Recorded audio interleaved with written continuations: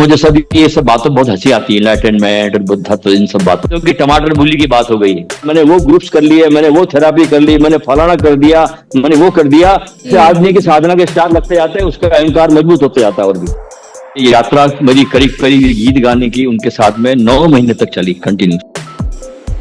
जिसका ये ऐलान है कि वो मज़े में है, या तो वो फ़कीर है या फिर नशे में है। मिलते हैं आज एक ऐसे ही आनंद में रहने वाले शहंशाह फ़कीर से। आइए स्वागत करते हैं स्वामी अशोक भारती जी का। प्रणाम स्वामी जी। प्रणाम प्रणाम जी, welcome to a sense of spirituality. Swami ji, आपके बारे में हमने सुना है कि आप ओशो जी के सभा में उनके सत्संग शुरू होने से पहले 10 मिनट और सत्संग समाप्ति के बाद 10 मिनट अपने गीत उनको सुनाते थे। तो अपने जीवन के उस दौर को हमारे साथ साझा कीजिए। ये मेरे जीवन का एक बहुत सुंदरतम, एक स्वर्णिम अवसर था जब मुझे गीत के बहाने से उनके पावन चरणों में बैठने का अवसर मिला। और बहुत मुझे उसमें आनंद आता था उनके पास बैठने में, अपने स्वरचित गीतों को अर्पण करने में। और ये यात्रा मेरी करीब करीब गीत गाने की उनके साथ में 9 महीने तक चली कंटिन्यूस। ओके। हाँ, इस दौरान मुझे उन्होंने बहुत प्यार दिया, बहुत मोहब्बत दी। मुझे अपने शयनकक्ष में भी बुलाया 8 अगस्त 1986 को 3 दिन के 3 बजे। और मुझे पर्सनली उन्होंने 20-25 मिनट सुना अपने कमरे में, बेडरूम के अंदर। उनको गीत अच्छे लगते थे मेरे। जी, तो आपका जी, आप कैसे मिले उनसे, कैसे जुड़े आप ओशो जी से? ये तो बहुत लंबी कहानी है, पुरानी। ओके। ये तो मैं जब 19 साल का था तभी उनसे मेरे संपर्क हुआ। और फिर मैंने 1972 में उनसे दीक्षा ली माउंट आबू में। उस समय मैं कोर्ट में एक टाइपिस्ट था, तो जिस दिन दीक्षा लेता हूं मैं, उस दिन मुझे उन्होंने कहा कि तुम ये सब काम छोड़ दो और तुमको मेरा ही काम करना है। जी। तो मैं और मेरी पत्नी दोनों, हम लोग पूरे भारत में वर्षों तक घूमते रहे, उनके साहित्य को बेचते हुए, उनके कैसेट को, टेप रिकॉर्ड को सुनाते हुए, प्रवचनों को। ये हमने बहुत काम किया शुरुआत के लेवल में। जी जी, प्रचार प्रसार जब का ये काम। हाँ, बहुत बहुत बहुत काम किया हमने, बहुत जी, काम किया। फिर जब ये पूरे वर्ल्ड की यात्रा से वापस आए तो फिर बहुत अच्छा एक अवसर मिला उनके पास बैठने का और गीत गाने का। और ये बहुत बहुत ही, मतलब ये मुझे पूरी तरह से ये अवसर बदल के चला गया। इस पे मैं भी कुछ बोलना चाहती हूँ कि गुरु के दरबार में दुनिया बदल जाती है। दर्शन कर लेना गुरु जी के, हाथों की लकीरें बदल जाती हैं। हाँ। अच्छा, उसके बाद ओशो जी ने फिर आपको प्रकृति की गोद में भेज दिया, ये भी हमने सुना है। तो वहां पे आपके क्या क्या एक्सपीरियंसेस हुए? होता है कि मास्टर जो होता है ना, वो शिष्य नहीं बनाता, वो मास्टर ही बनाता है। जी। हाँ, असली मास्टर मास्टर बनाता है, शिष्य कभी नहीं बनाता। तो उनके पास जब मेरा काम पूरा हुआ तो उन्होंने आगे के चरण के लिए मुझे भेजा। क्योंकि पहला पार्ट तो सारे संसार से ध्यान हटा करके हमको गुरु की सुमिरन में, उसके प्रेम में फोकस करना होता है 100%। तो गुरु से बहुत प्रेम कर चुके, उनके इश्क में डूब चुके, तो अब गुरु ने इशारा किया कि अब गोविंद की तरफ, कि आगे और भी यात्रा है। तो मुझे आगे भेजा गया और भी, कि और विराट है भी, तो तुमने एक पार किया है गुरु भक्ति को। तो मुझे एक अच्छी जगह पे भेजा गया जहां पूरा एक अकेला मैं ही था और कोई वहां था नहीं। वहां करीब करीब मैं 3 महीने रहा उस प्रकृति के पास में। तो वहां पर जो एक विस्फोट हुआ इश्क का, प्रेम का, तो मुझे बहुत अच्छा लगा वहां जाकर के। मैं बहुत वृक्षों से लिपटता था, बहुत रोता था, बहुत रुदन आता था मेरे अंदर। इतना प्रेम मेरे अंदर आ गया था उस समय कि मैं समा नहीं पाता था उस प्रेम को। खूब डूबा मैं उसमें, अकेलेपन में, अकेला था, कोई मेरे साथ नहीं था वहां 3 महीने तक। आकाश था, प्रकृति थी, पशु पक्षी थे, जानवर थे। बहुत आनंद में रहा मैं उस स्थिति में 3 महीने तक के। जी। वहां मेरी प्रक्रिया पूरी हुई और उसके बाद फिर जो यात्रा शुरू हुई, तो बस आपके सामने ही सब यात्रा है। तो फिर आप वापस आ गए थे ओशो जी के पास? नहीं, मैं तो फिर जाता आता रहता था। ओके। फिर मुझे कहा गया था कि तुम आओ और जाओ, जी। क्योंकि क्या है कि एक सदगुरु का जो आश्रम होता है ना, वो तो बस एक समझो कि हॉस्पिटल की तरह होता है कि जहां आदमी रहा, ठीक हुआ, बाहर बांटने के लिए निकल गया। जी।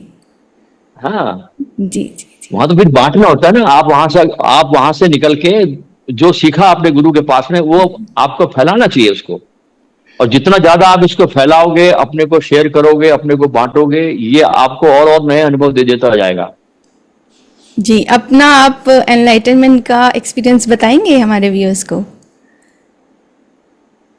देखिए, एनलाइटनमेंट जैसा होता तो कुछ ऐसा है नहीं। सिर्फ एक आदमी को भ्रम होता है कि मैं बुद्धत्व को प्राप्त नहीं हूं। अभी जहां जिस मुकाम पे मैं खड़ा हूं इस समय, अब तो मुझे ये सब बातों बहुत हंसी आती है, एनलाइटनमेंट और बुद्धत्व, इन सब बातों पर। जी। अभी हंसने के टॉपिक हो गए मेरे सब। मतलब ये समझो कि टमाटर मूली की बात हो गई है। ओशो जी ने अपनी बुक में उन्होंने बताया है, जब मुझे एनलाइटनमेंट का एक्सपीरियंस हुआ था तो मुझे हार्ट में बड़ा फील हुआ था और मैं बाहर, मेरा मन करता मैं बाहर चली, और वो चले भी गए थे बाहर। ऐसा लग रहा था विस्फोट हो जाएगा। हाँ, जी। तो मैं भी तो गया था जंगल में, फिर उस जंगल में 3 महीने तक वहीं से विस्फोट हुआ। सेम, आपका भी सेम हुआ। जी। हाँ जी। ओके। ये अभी ऐसा लगता है इस मुकाम पे आकर के कि जो हुआ वो पहले से मौजूद था, सिर्फ उसको थोड़ा पहचानने में टाइम लगा। कुछ नई चीज नहीं पाई, वो जो मेरे भीतर मौजूद ही था वो सब उपलब्ध था, लेकिन मैं कहीं उसको और खोज रहा था, तो मेरे पर उसका ध्यान नहीं था, तो उस पर ध्यान गया और विस्फोट हुआ। कहते हैं ना कि हमें परमात्मा होना होता है, परमात्मा को पाना नहीं होता। तो ये वही आप उसी की बात कर रहे हैं? हाँ, वही उसी की। हाँ जी। तो आप अपने जो आपके जैसे मान लो मनुष्य जन्म लेता है जी, लेकिन पैदा होते ही वो मनुष्य नहीं होता। मनुष्यता पैदा करनी पड़ती है अपने अंदर से। जी। एक जानवर बिल्कुल जानवर की तरह पैदा होता है, वो कुछ हासिल नहीं कर सकता, लेकिन मनुष्य जो है वो मनुष्य की तरह पैदा तो होता है, लेकिन को मनुष्य के तत्व विकसित करने होते हैं उसके अंदर। जी, डेवलप करने होते हैं। जी, करने पड़ते हैं। जी।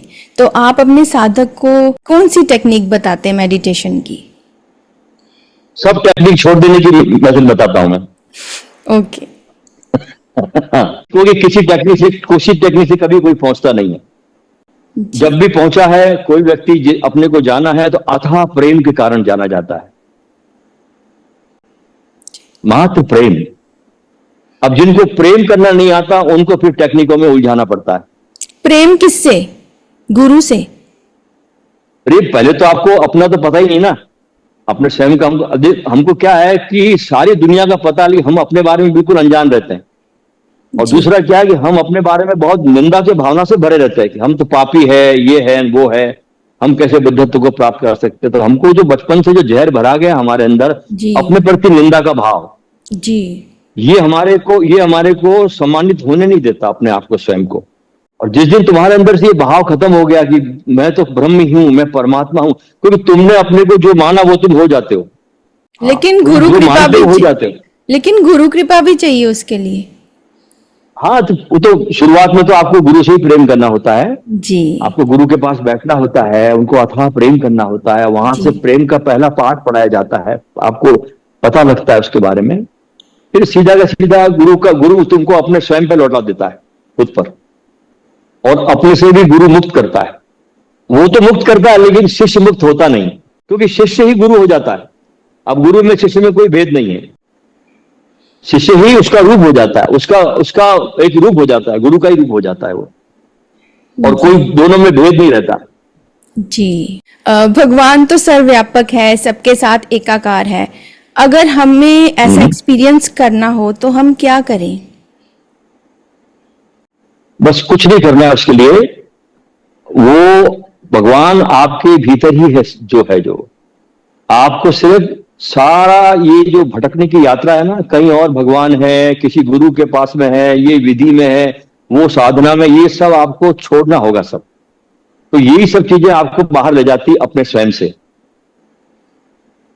अपने स्वयं से बाहर यही चीजें ले जाती है। जी आपको ये सब छोड़ करके अपने आत्म स्वरूप में आपको आ जाना होगा।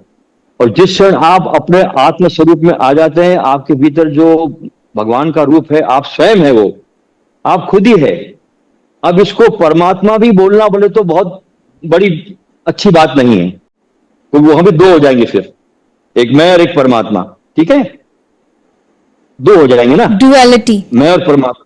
हाँ, परमात्मा जी बोलने की भी जरूरत नहीं। अब तो स्वयं वही हो गया जो होने के लिए पैदा हुआ था। तो आदमी को अभी तो ऐसा है कि लोग आदमी को यहां ले जाते, वहां ले जाते, वो साधना करवाते। देखिए, साधना शब्द नहीं, उसका अर्थ छिपा है साधना, ना लिखा है इसमें, हाँ? जी ये ना बोला गया है, समझे ना? हाँ, जी तो इसको साधना को प्रारंभिक तौर से पकड़ना भी जरूरी है। जी साथ में तो आपको करना ही पड़ेगा आपको, जी लेकिन बिल्कुल। बाद में इसको छोड़ना भी जरूरी है। तो जब छोड़ेंगे तो हमारी आदत है कुछ पकड़ने की, तो छोड़ के क्या पकड़ना है? नहीं, पकड़ना कुछ भी नहीं है, ये पकड़ी तो हमको बंधन में डालती ना। कुछ पकड़ना नहीं है, आपको ये मुक्त होना है सबसे, क्योंकि आपकी आत्मा पूरी तरह से आजाद है, स्वतंत्र है, मुक्त है। वो पूरा आपका जो अस्तित्व है पूरा मुक्ति को मांगता है, जरा सा बंधन भी बाधा है वहां। तो कुछ पकड़ना नहीं है। हाँ, पहले पहले आपको पहले चरण में जैसे हम किसी नाव में बैठते हैं जी और उस पार जाना है हमको, तो नाव को फिर बाद में ढोया नहीं जाता, जी छोड़ दिया उस पार जाता है। चले जाने के बाद। हाँ, जी छोड़ दिया जाता है। जी तो ध्यान की विधियों को, साधना को पकड़ना भी है, और एक दिन बहुत ज्यादा आपके पास उसकी बुद्धि आ जानी चाहिए। उसको जितने जल्दी छोड़ सको उतना आपका बेड़ा पार है। जी नहीं तो आप जिंदगी भर साधना करते रहोगे, और वो मेरे हिसाब से साधना के नाम पर सिर्फ वो एक्सरसाइज और कुछ नहीं, कवायद है कुछ नहीं। जी क्योंकि प्रेम के लिए कोई साधना सिखाई जा सकती है? बताइए आप। नहीं। किसी से इश्क करना हो, किसी से प्रेम करना हो, उसका कोई पाठ पढ़ाया जाता है क्या? वो तो नेचुरल होता है। हाँ, तो ये हमारा स्वभाव भी नेचुरल है, मैं भी नेचुरल हूं। ये प्रेम प्रेम ही है जो जो हमारे भीतर बैठा हुआ है। इसके लिए किसी साधना की जरूरत नहीं है। इसलिए कृष्णमूर्ति अपने प्रवचनों में बार बार कहते हैं, द अंडरस्टैंडिंग इज इनफ। अगर तुमको ये जी बात समझ में आ गई है, तो ये पलक झपकते ही बात समझ में आती है, क्लिक कर जाती है आपको। नहीं तो फिर आप जन्म भर सुनते रहो, इस गुरु को सुनो, उस गुरु को सुनो, वो विधि करो, वो दो, उससे कुछ नहीं होता। आपको सबसे पहले तो आनी चाहिए राइट लिसनिंग। जी ये पहला सूत्र है। जी और जिसको सुनने से नहीं हुआ उसको किसी विधि से नहीं होगा। जो सुनने से नहीं जाग रहा है तो विधियों से क्या जागेगा?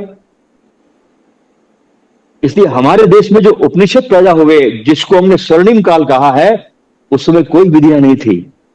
उसमें बस ऐसा कोई बोलता था, और जो सामने बैठते थे प्रेम से भरे चित्त के लोग, वो सिर्फ बिना चश्मों के, बिना धारणाओं के सुनते थे।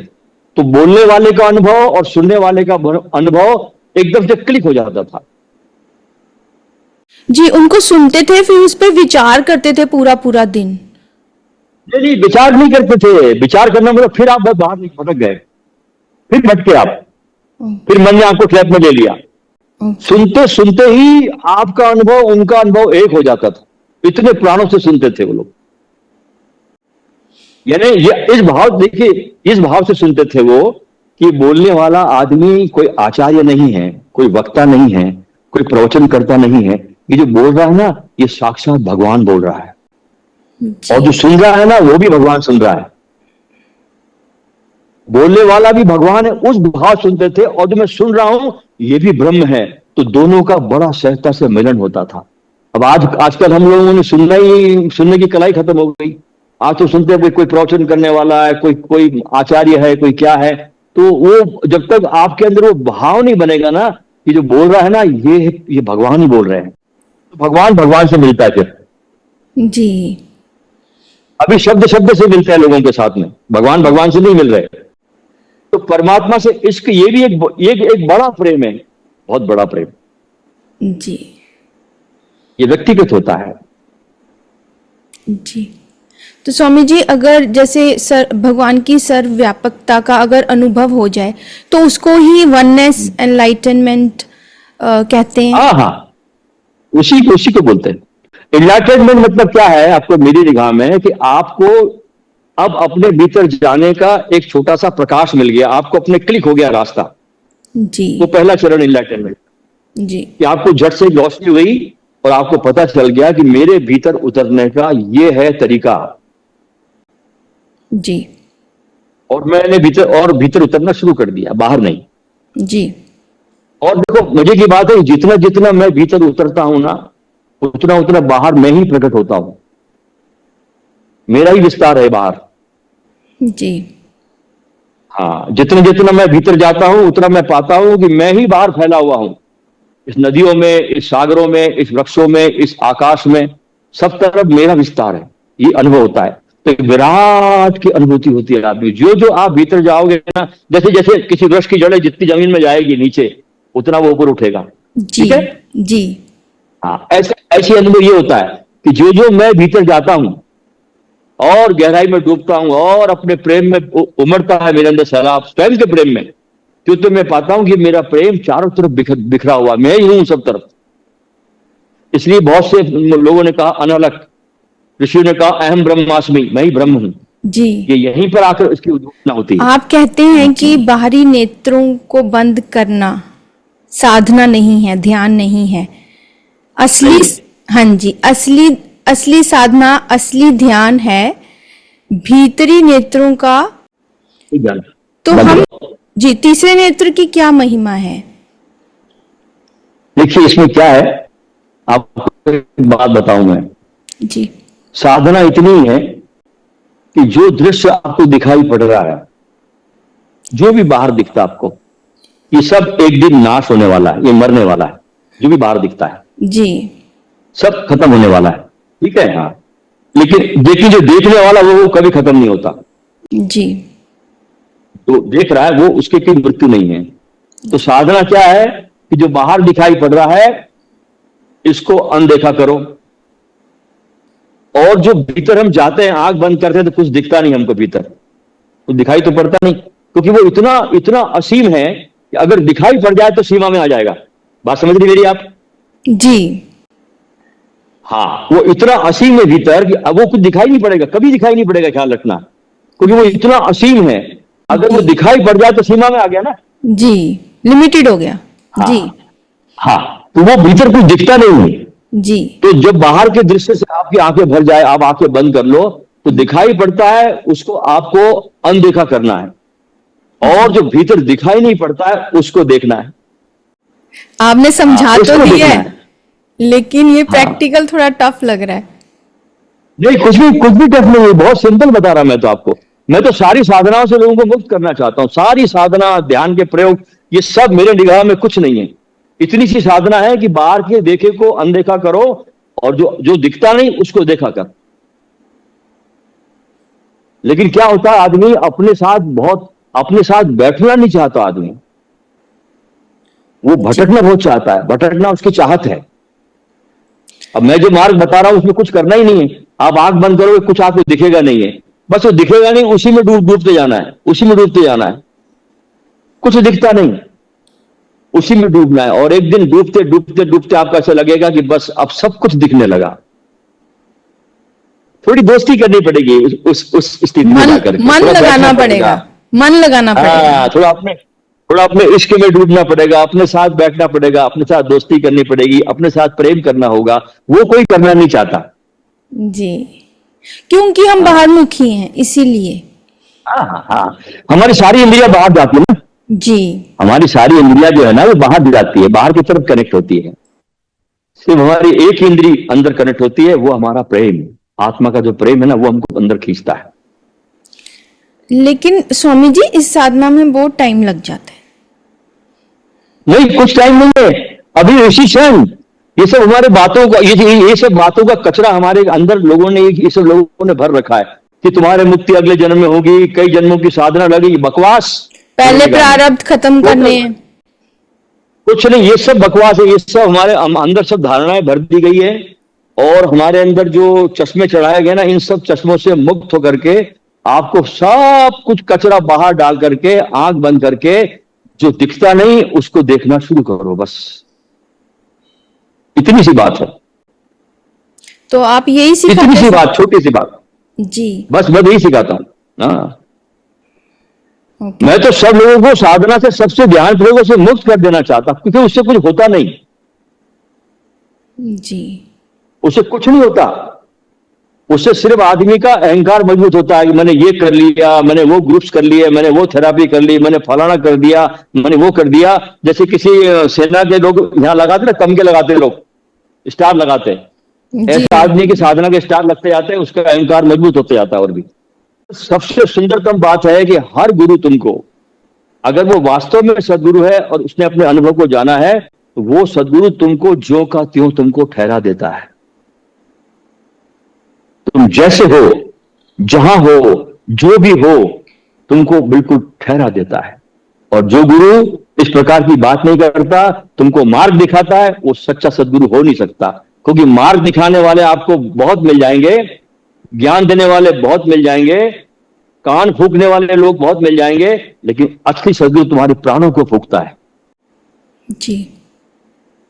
प्राण फूकने वाला सदगुरु बहुत कम मिलता है, जो तुम्हारे प्राणों में को फूक दे। ज्ञान तो बहुत मिलता है आजकल, व्हाट्सएप है, कितना ज्ञान है फेसबुक पर, व्हाट्सएप पर लोग एक दूसरे पर डालते रहते, दिन भर उंडेलते रहते, पढ़ते खुद नहीं है, वो आगे फॉरवर्ड करते रहते लोग। प्राणों को फूकने वाला चाहिए कोई, जो प्राणों को तुम्हारे फूक दे और तुमको समस्त जाल से मुक्त कर दे, साधनाओं से, विधियों से, तुमको सबसे हटाकर तुमको बहुत सहजता से अपनी भीतर के इस आत्मा में प्रतिष्ठित कर दे। जी। ये असली बात है। जी। आप अपने गुरु ओशो जी की प्रशंसा में कुछ कहेंगे? उनकी प्रशंसा में क्या करूं, मेरे को तो शब्द छोटे लगते हैं उनके सामने, कुछ भी प्रशंसा नहीं की। विराट की, आकाश की क्या मैं प्रशंसा करूंगा, बताइए आप। देखिए आज मैं जो भी हूं, जो भी मैंने पाया, जी। जहां पे मैं खड़ा हूं, जिस मुकाम पे मैं, भगवान ने मुझे रखा, उन्होंने रखा, बस मैं तो उनके प्रति रोम रोम से बस धन्यवाद ही धन्यवाद कहता हूं, बस उनके लिए ओनली थैंकफुलनेस। जी। आपको क्या लगता है, धन्यवाद आपकी निकलता आपकी स्पिरिचुअल जर्नी खत्म हो गई, यात्रा फिनिश? नहीं, ये जर्नी कभी खत्म नहीं होती, okay. Because this is the journey which begins but never ends.